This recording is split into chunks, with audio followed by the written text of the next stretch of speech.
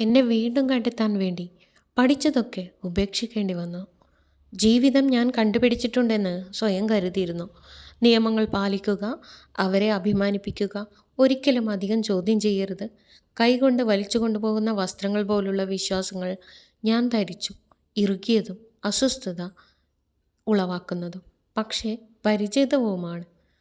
പിന്നീട് ഒരു ദിവസം അത് പൊട്ടി. പെട്ടെന്നല്ല, എൻ്റെ ഉള്ളിൽ എന്തോ ഒന്ന് നഷ്ടപ്പെട്ടതുപോലെ ഒരു നിശബ്ദ വേദന.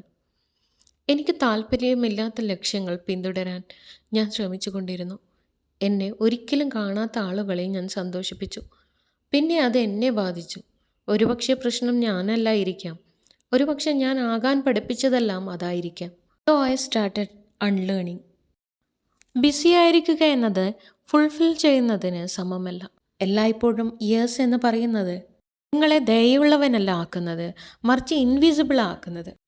ദാറ്റ് സക്സസ് വിത്തൗട്ട് പീസ്, അത് കെയോസ് ഇൻ ഡിസ്ഗൈസ് ആണ്. അങ്ങനെ ഞാൻ പൂർണ്ണത പഠിച്ചു, കുറ്റബോധം പഠിച്ചു. ഞാൻ ഒരിക്കലും മതിയായവനല്ലെന്ന് എന്നോട് പറഞ്ഞുകൊണ്ടിരിക്കുന്ന എൻ്റെ തലയിലെ ശബ്ദം പോലും ഞാൻ പഠിച്ചു.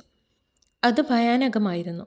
അടുത്തതായി എന്ത് വരയ്ക്കണമെന്നറിയാതെ സ്ലേറ്റ് തുടക്കുന്നത് പോലെ. പക്ഷെ പതുക്കെ ഞാൻ എന്നെ കേൾക്കാൻ തുടങ്ങി.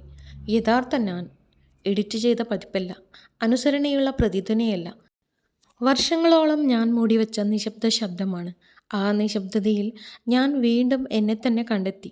നിങ്ങൾക്ക് നഷ്ടപ്പെട്ടതായി തോന്നുന്നുവെങ്കിൽ ഒരുപക്ഷെ നിങ്ങൾ തകർന്നിട്ടില്ലായിരിക്കാം. ഒരുപക്ഷെ നിങ്ങൾ കുഴിച്ചിട്ടിരിക്കാം നിങ്ങളുടേതല്ലാത്ത അഭിപ്രായങ്ങൾ, പാറ്റേണുകൾ, ഭയങ്ങൾ എന്നിവയ്ക്ക് കീഴിൽ. ഒരുപക്ഷെ ആദ്യപടി കൂടുതൽ അറിയാതിരിക്കുക എന്നതാണ്. നിങ്ങളെ പിന്നോട്ട് വലിക്കുന്നത് എന്താണെന്ന് അത് പഠിക്കാതിരിക്കുക. If you love to watch this video, you can like, share and subscribe.